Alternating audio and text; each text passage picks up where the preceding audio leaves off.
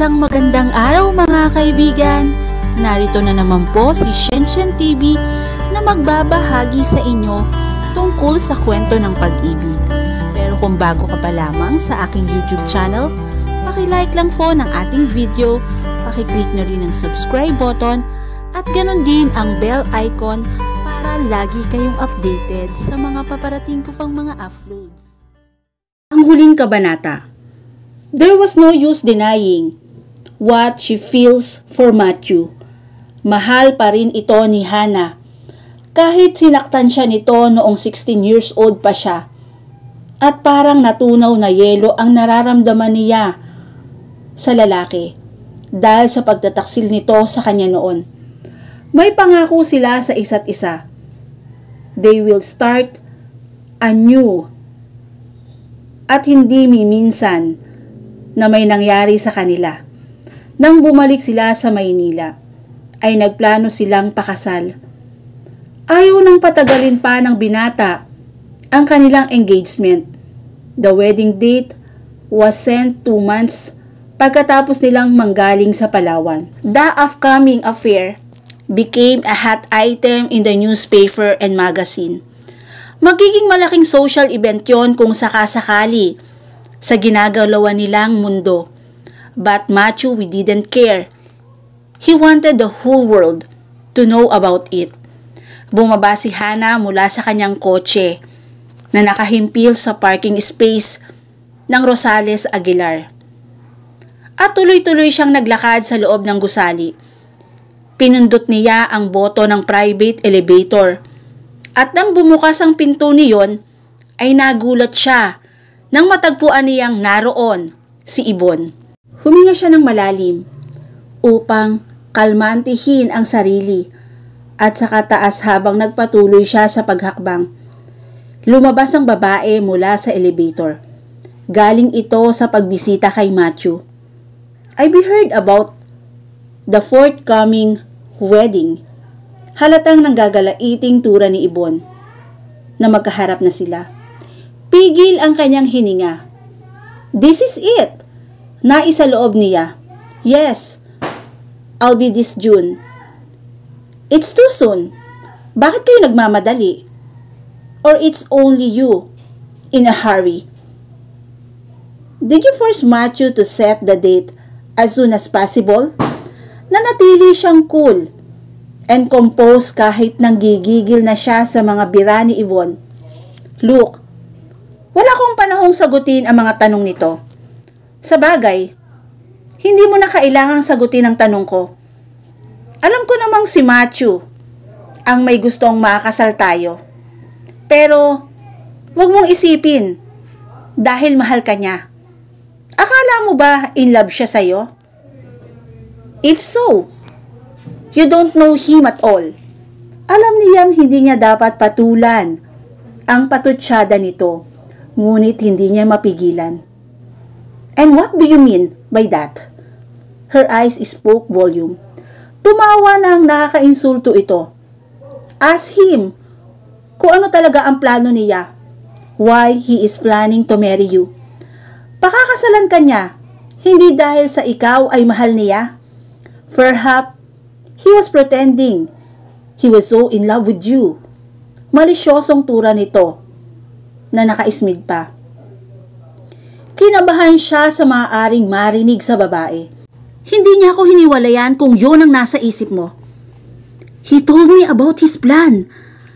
At kapag ka natupad na niya ang mga yon, magkakabalikan kami. And he will file an annulment para kami pa rin ang magpakasal sa bandang huli. Pakakasalan ka niya. Hindi dahil mahal ka niya kundi dahil sa ambisyon niya na maangkin ang buong kumpanya. Gagawin niya ang lahat para magkaroon ng kontrol sa buong Rosales Aguilar ng inyong kumpanya. Kapag aasawa ka nga naman niya, sunod-sunuran ka na sa kanya at hindi magtatagal ay hihingi niya na ibigay mo sa kanya pati ang share mo sa company. Hindi siya kaagad nakakibo. Ayaw man niyang magpaapekto sa mga sinasabi ni Ibon. She couldn't help it because she realized there was some truth there. Kung hindi ka naniniwala sa akin, ask Matthew.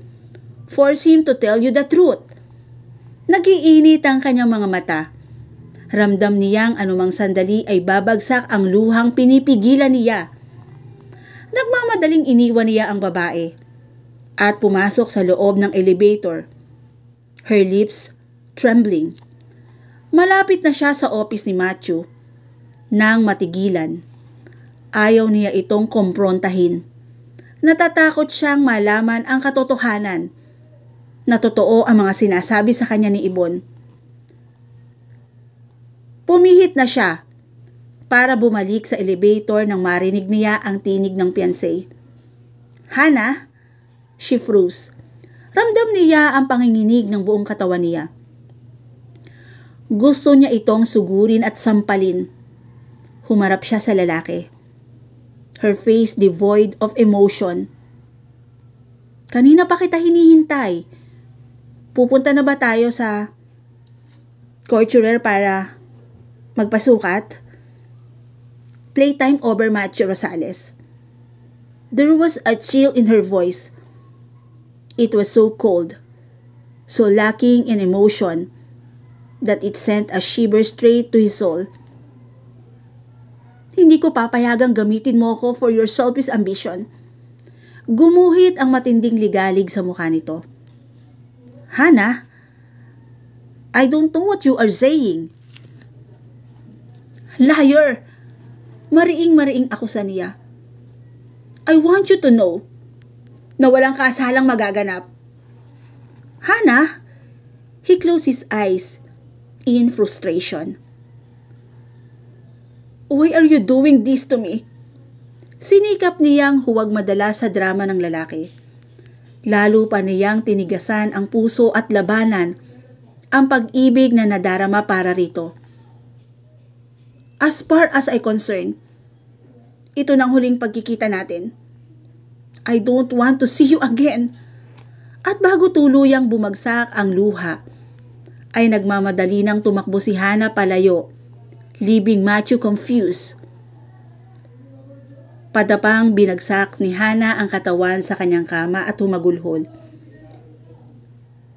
Kaagad siyang naniwala kay Matthew na may nararamdaman pa ito para sa kanya.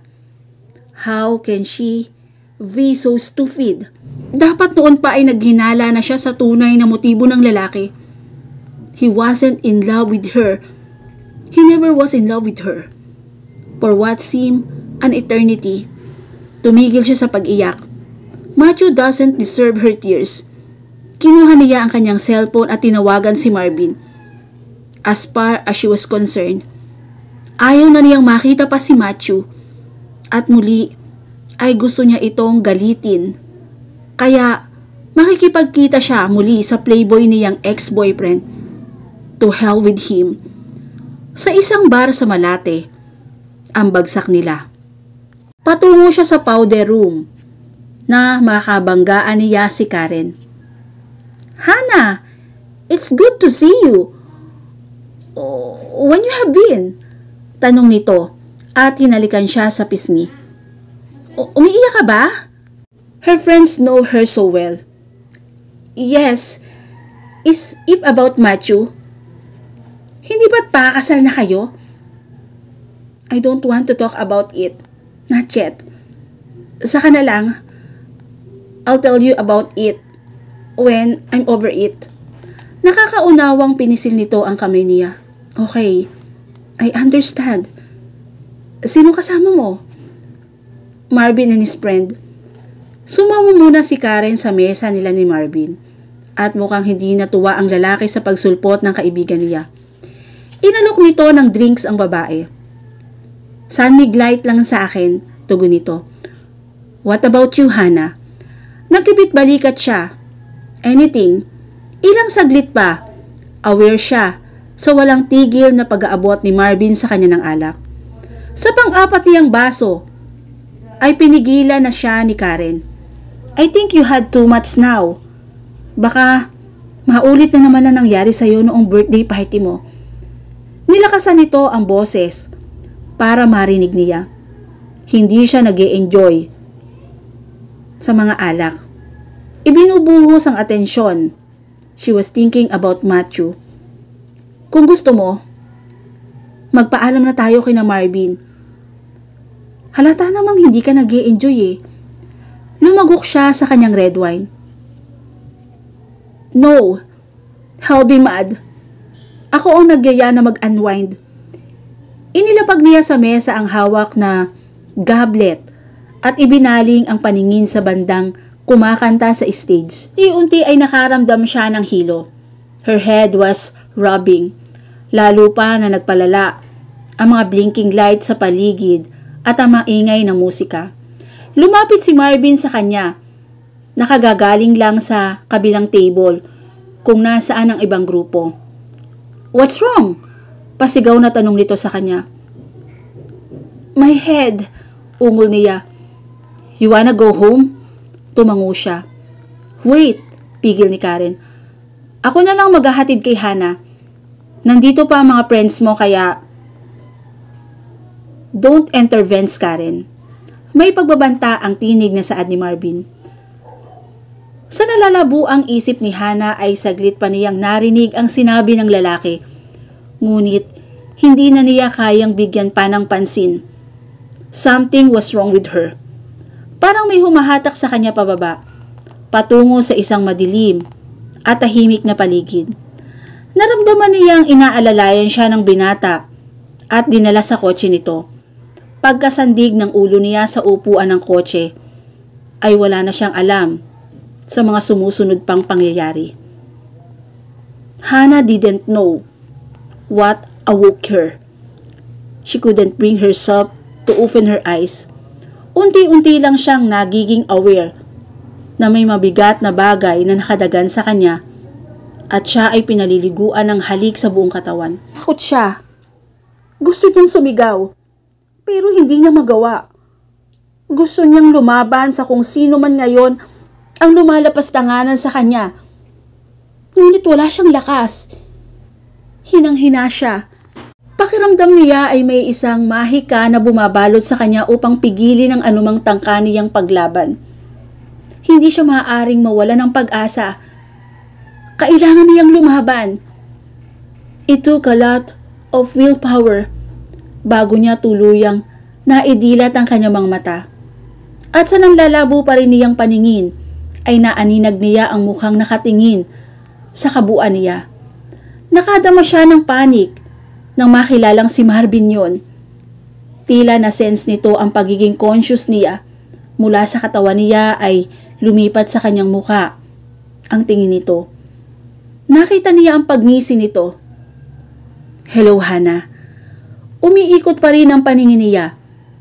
She blinked and tried to fight back the gripping her. Marvin, anas niyang nanghihina. Please, don't. Tonight, you will be mine, Hannah. Nitong malapit sa kanyang tenga. Nang marinig ang determination sa boses nito, ay lalong nagpanik ang dalaga. Sa natitira niyang lakas, ay pinilit niya itong itulak. I'm not going to let this opportunity pass, Hannah. Nirecall niya ang nangyari sa bar. Sigurado na siya na ngayon na may inilagay ito sa alak niya kung bakit bigla siyang naging unconscious. Did you put something in my drinks? Ngumisi ang lalaki. You are right. I gave you a Mickey Mouse so that I can do anything I want. Marvin began kissing her again. Nagsimula ito sa kanyang leeg pababa sa kanyang dibdib. Nawala na siya ng pag-asa. Sa likod ng kanyang nanlalabong isip, ay bigla niyang naalala si Matthew. Oh, Matthew. Where are you? Please. Oh, please help me. Si Karen. Alam kaya nito ang nangyayari sa kanya? Bago siya nawala ng malay, she heard her best friend confronting Marvin. At kung alam nito ang nangyari, malamang nasasabihin nito yon kay Matthew. Like a frightened child, she held on the hope. At tila dininig ng Diyos ang panalangin niya. Narinig niya ang tinig ni Matthew. Nanggaling yon sa labas. Marvin! Open this door! Alam kong nandyan si Hannah! Biglang nanigas ang katawan ni Marvin. Damn him! Mabilis na bumaba ng kama ang lalaki. Kinuha ang robang nakasampay sa sandala ng couch at nagmamadaling isinuot iyon. Don't dare move from this room! Utos nito sa kanya. Nang wala na ito, ay pinilit niyang makababa ng kama subalit hindi niya magawa. She was too weak. She heard noisy. Nagsisigawan ang dalawang lalaki. Wala si Hannah dito! I don't believe you! Nakarinig siya ng kalabog. I'll kill you for this! Si Marvin ang nagsalita na tila ba nasaktan. Biglang bumukas ang pinto ng silid at mabilis na pumasok si Marvin ng intensyon ay pagsaraduhan si Matthew. Ngunit maagap na napigilan ng huli ang pinto at pabalya nitong itinulak pabukas. At napatda ito sa kinatatayuan nang makita siyang nakahiga sa kama. Walang saplot ang katawan.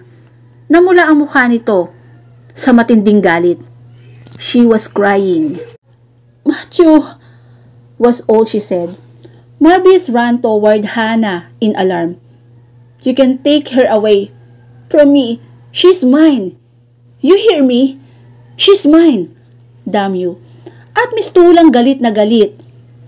Natorerong sumugod si Matthew, pasuwag ang ulo sa katawan ng playboy. Hindi na makaiwas ang lalaki. Buwal sa sahig ang dalawa. Nang magpuwersahang bumangga ang katawan ni Matthew sa katawan ng kalaban. Kahit nangihina, ay nakita ni Hannah kung paano nagpambuno sa sahig ang dalawang lalaki. Kitang-kita ang pagiging dominante ni Matthew sa kalaban. Palibhasa mas malaki ang katawan nito.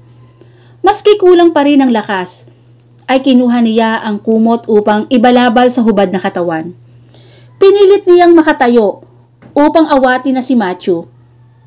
With her leg still wobbly at nakakuha niyang makalapit sa lalaki. Matthew, tama na yan. Huwag mong dungisan ang kamay mo sa isang walang kwentang tao. Labag sa loob na sumunod ito sa kanya. Nanginginig sa galit na nilubayan nito ang lupasay na si Marvin. Are you okay? Maimosyong tanong kaagad ng binata sa kanya. Luha lang ang kanyang isinagot. Did he? Hindi nito maituloy ang nais sabihin dahil sa bigat sa dibdib na nararamdaman at sa pangamba sa matutuklasan. Naiintindihan niya ang ibig nitong ipahiwatig. Umiling siya. Nagyakapan sila. Thank you. Anas niya na nanghihina pa rin ang pakiramdam. Isinubsob niya ang mukha sa dibdib nito. She never felt so relieved, so safe, so thankful all her life. I'll never forgive him. Kung may nangyaring masama sa'yo. Tila may bikig sa lalamunan na anas nito. I'm sorry. Pahingi niya ng paumanhin sa nangihina pa ring tinig. I should have listened to you. Don't blame yourself now, alo ni Matthew. Inayos nito ang kumot na tumakip sa kanyang katawan at mabagal na tinungo nila ang pinto. Nalingunan siya ni Marvin na nakatayo na pala at nakatuto kay Matthew ang hawak nitong baril. She had barely time to think. Huwag! Gimbal niyang sigaw at payakap na tinakpan ang lalaking mahal niya at tinanggap ng katawan niya ang bala na nakalaan para kay Matthew. Kitang-kita niya ang tila na manhid na kabuuan nito. Titig na titig sa kanya at hindi kaagad nakakilos. No! She heard Matthew. Nagkamalay na si Hannah nang muli siyang magmulat. Gusto niyang uminom. Nauuhaw siya at nasaan ba siya ngayon? Naalala niya si Matthew at naalarma. Ano na kaya ang nangyari rito at nasa na to? Matthew, nanghihina niyang tawag. Bigla ay nabuhay ang bombilyang nasa ulunan ng kama. Si Matthew, at nagbabantay pala ito sa kanya sa gilid ng kama. Napuno ng tuwa at galak ang puso niya nang matiyak na nasa mabuting kalagayan ng binata. Hindi siya mapapatawad ang kanyang sarili kapag may nangyaring masama rito. I'm glad you are okay now. Naiiyak na saad nito. Ang mga mata ay may nababanaag na luha. Naroon din ang relief sa mukha nito dahil siya ay ligtas na. I must thank Karen. Kung hindi dahil sa kanya, hindi kita natunton. Nang tangayin ka ni Marvin palabas sa bar, sumunod siya. At kaagad akong tinawagan kaya natagpuan kita sa rest house. Nang walang hiyang yon. I'm so glad she was there. Anas niya. Ano pa lang nangyari kay Marvin?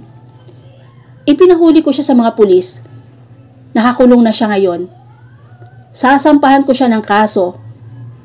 At tignan ko lang kung makakalabas pa siya ng kulungan dahil madami siyang atraso bukod sa pagiging drug user niya.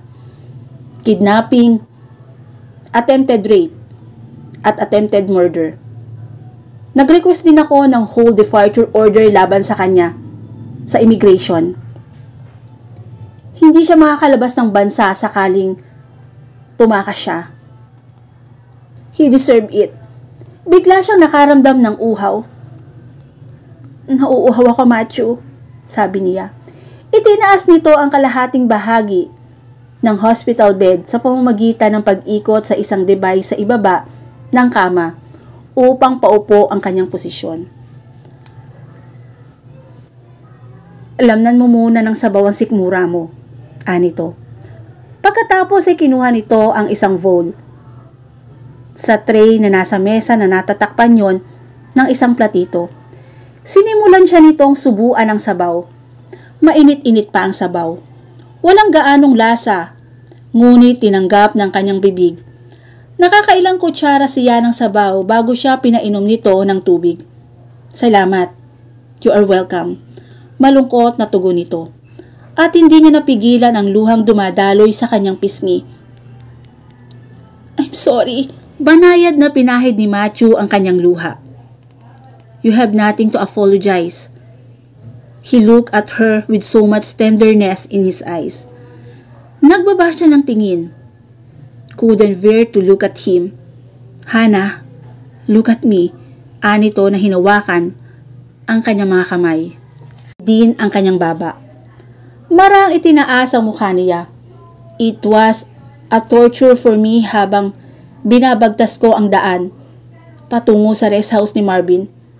At siguro, kung hindi ako umabot, nagawa niya ang masamang balak sa'yo. I'll never forgive myself. Nagkaroon ng bikig sa lalamunan dito sa huling pangungusap. Hinawakan nito ang kamay niya, malaya sa swero at dinala sa bibig nito. Hindi ko matatanggap na nawala kang muli, Hannah. I love you so much.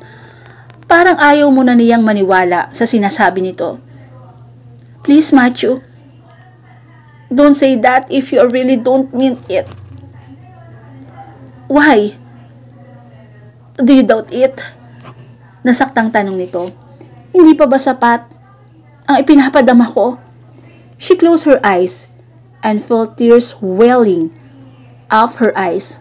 Sariwang-sariwa pa sa kanyang isip ang mga sinabi ni Yvonne.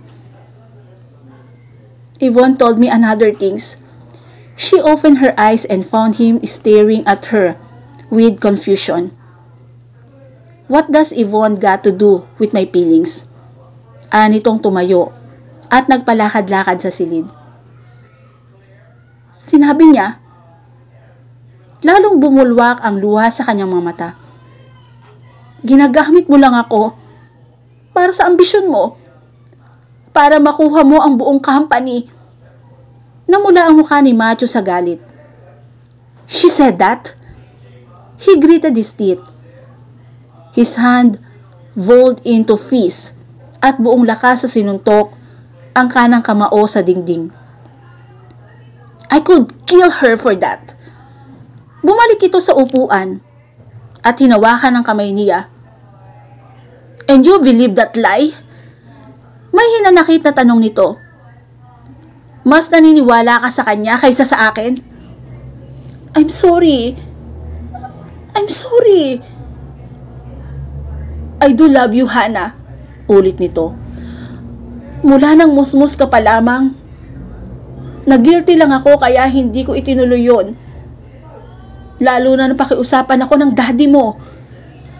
Napaawang ang kanyang bibig. Si daddy? Malungkot na tumango ang lalaki.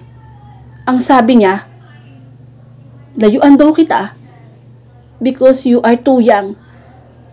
At kung may nararamdaman pa rin ako sa iyo, when you reach the age of 25, balikan kita. At dahil alam kong tama siya, sinunod ko ang kagustuhan niya. Natakot kasi ako na baka what you felt for me was only infatuation at baka hindi ka makawala sa relasyon natin. Kahit gustuhin mo pa, I wanted to give you some space, a time to grow up. Pero naging masakit ang paraan ng pagkakalayo natin. Hindi siya makapaniwala sa narinig. Di yata't ang daddy niya ang dahilan kung bakit nagkaroon ng lamat ang relasyon nila ni Matthew. Pero alam kong nagsisisi ang daddy mo sa kanyang ginawa. That's why when he learned he was dying na ako ang taong pagbilinan niya to take care of you, hindi man niya sinabi ng diretsahan but still nararamdaman ko ang intensyon niya. He wanted us back, Hana. Again, tears fell down her cheeks when I found Ibon in your condo unit. Was there any? Pinisil nito ang kamay niya. Inaamin ko, may gusto siya sa akin. Si Ibon. And she seduced me. And every given opportunity, nung una binala ko sa kanya na ilipat ang atensyon ko. But I cannot do it. Ikaw lang ang mahal ko. That day na pumunta ka sa unit ko, I intended to make love to her. Baka sakaling sa pamamagitan niya, makalimutan kita. Pero hindi. Hindi ko masikmura na iniwan ko siya sa silid ko. And I drowned myself in wine while thinking of you. I ache to see you. Ngunit nakatali na ako sa pangako ko sa daddy mo. Naalala nga niya. Nang lumabas si Ibon ay hinahanap nito si Matthew. At ang sabi pa niya, "What's taking you so long?" Baka totoo nga ang sinasabi ng binata. Hindi ba niya ito dapat bigyan ng benefits of the doubt? Do you really love me? Hikbi niya. Oh God, I swear I do. Sa pagitan ng luha, ay ngumiti siya. Oh Matthew, I love you too. Very much. Kumislap sa tuwa ang mga mata nito. Will you be my wife? Huminga siya ng malalim, feeling so contented. Yes, yes. Tuwang idinampi nito ang palad niya sa pisngi nito and then wrote it to his lip. So tuloy pa rin ang kasal natin? Tumango siya. Thank you, Hana. I promise you, I will love you all my life. Yumakap siya rito. She could feel the sincerity of his word. Same with me. No matter what, I will love you for the rest of my life. Matthew enveloped her in his arm and kissed the top of her head.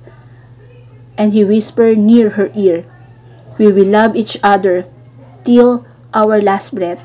She smiled at him lovingly. That's a promise. And their lips met in a sweet yet passionate kiss that took their breath away. At dito na po natatapos ang huling kabanata ng kwento ng 5 years ago. Muli po, maraming salamat po and God bless all.